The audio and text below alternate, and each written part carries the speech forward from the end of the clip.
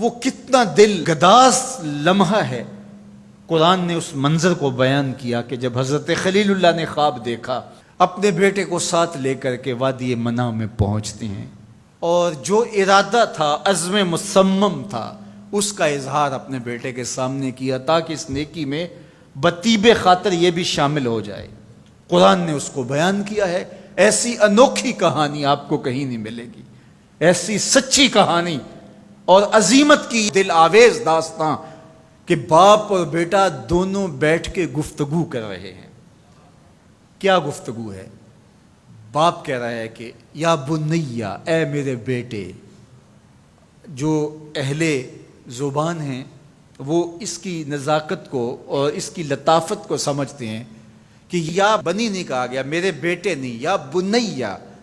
جس طرح ماں لاڈ سے اپنی بیٹی کو بیٹی نہیں کہتی، میری بچڑی کہتی ہے، تو جب وہ بچڑی کہتی ہے تو اس کے اندر گوند گوند کے محبت رکھی ہوئی ہوتی ہے۔ تو یہاں ذرا لفظ دیکھیے، یا بنیا، اے میرے بیٹے۔ اللہ اکبر۔ اردو کے دامن میں کوئی اتنی وسعت نہیں ہے کہ ان لفظوں کی تعبیر ہو سکے جو شہد ان لفظوں سے ٹپک رہا ہے جو حضرت خلیل اللہ نے اپنے بیٹے کے لیے لفظ استعمال کیے۔ یا بنیا، اے میرے دل بند، اے میرے جگر کے ٹکڑے، اے میرے فرزند نونہال، میں نے خواب دیکھا ہے، اس خواب میں تجھے ذبح کر رہا ہوں۔ یہ خواب آپ یا میں دیکھیں تو ہم تو اپنی بیوی سے بھی اس کو شیئر نہیں کر سکتے، ہمارے رونگٹے کھڑے ہو جاتے ہیں، لیکن بیٹے سے کہہ رہا ہے۔ اور یہ محض خواب کسی تفنن طبع کے لیے نہیں ہے، یا محض کوئی بات سمجھانے کے لیے نہیں ہے، اس کی تعبیر کی طرف بچے کو لانے کے لیے سنایا جا رہا ہے۔ کہا بیٹا میں نے ایک خواب دیکھا ہے۔ خواب کیا ہے؟ کہ میں تجھے ذبح کر رہا ہوں، اب تو بتا تیری رائے کیا ہے؟ اللہ اکبر۔ اب باپ بیٹے سے کہے کہ میں تجھے ذبح کرنا چاہتا ہوں تو بیٹے کا رد عمل کیا ہوگا؟ کوئی بھی تصور اپنے بیٹے کو کر کے سوچے کیا رد عمل ہوگا؟ اس کی آنکھیں پھٹی کی پھٹی رہ جائیں گی، وہ باپ کے ہوش و حواس پہ شک کرنے لگ جائے گا، کہے گا کیا بول رہے ہو، ہوش ٹھکانے ہیں؟ باپ ہو، سفاک ہو، کیا لہجہ ہے تمہارا، مجھے ذبح کرو گے؟ لیکن یہ فیضان نظر تھا یا کہ مکتب کی کرامت تھی؟ سکھائے کس نے اسماعیل کو آداب فرزندی؟ اقبال پوچھتے ہیں کیا تھا جس نے اسماعیل علیہ السلام کو آداب فرزندی سکھائے؟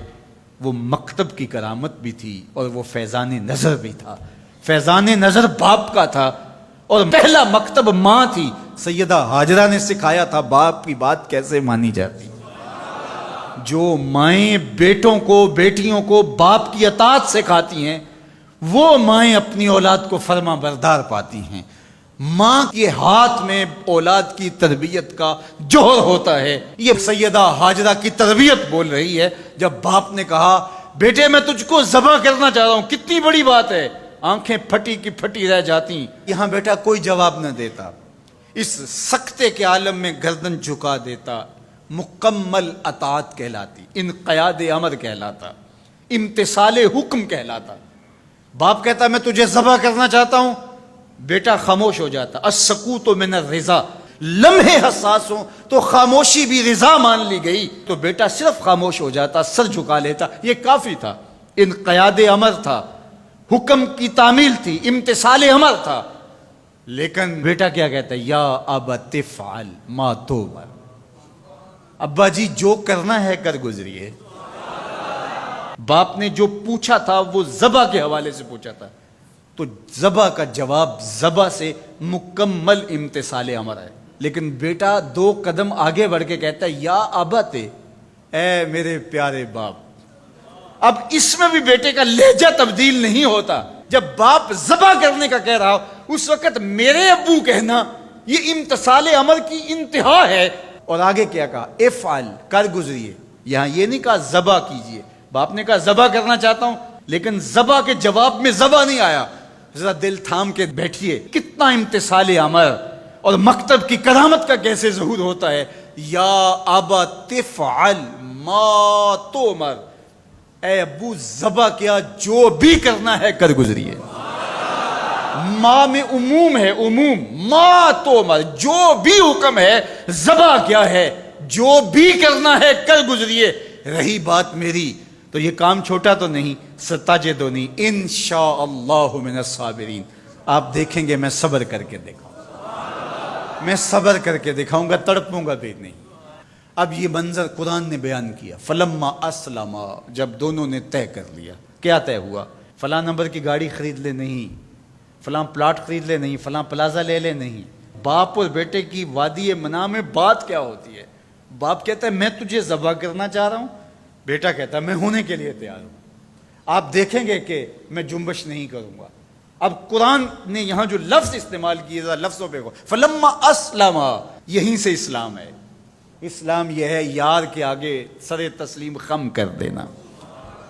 من مانی کا نام اسلام نہیں ہے، اللہ رسول کی اطاعت کا نام ایمان۔ فلما اسلما، جب دونوں نے اس بات کو طے کر لیا، دونوں راضی ہو گئے، باپ ذبح کرنے پہ راضی ہے، بیٹا ذبح ہونے پہ راضی ہے۔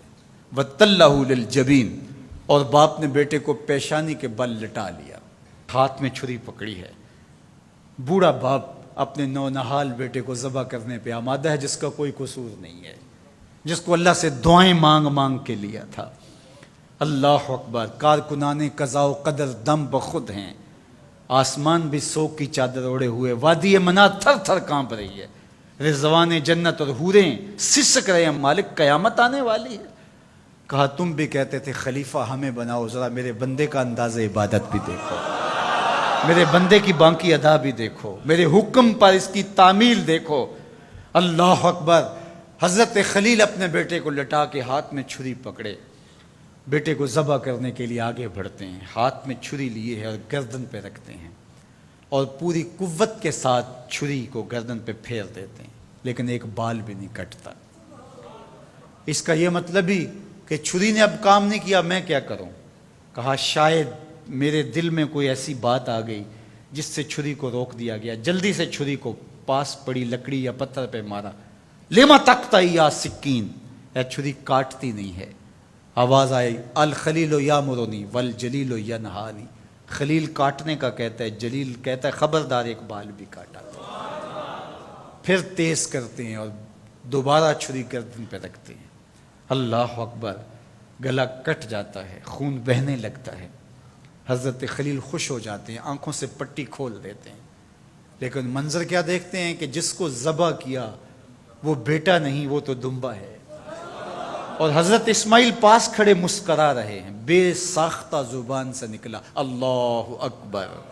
تو حضرت اسماعیل بولے لا الہ الا اللہ واللہ اکبر۔ جبریل امین جو دمبا لے کے آئے تھے وہ بھی پاس کھڑے اور مسکرا رہے تھے، بولے اللہ اکبر وللہ الحمد۔ اب ابراہیم علیہ السلام کی سرشاری کا عالم، جبریل امین موجود ہیں اور دمبا پڑا ہوا ہے۔ اب ظاہر ہے بات سیدھی سیدھی ہے کہ اللہ کے حکم سے سب کچھ ہوا۔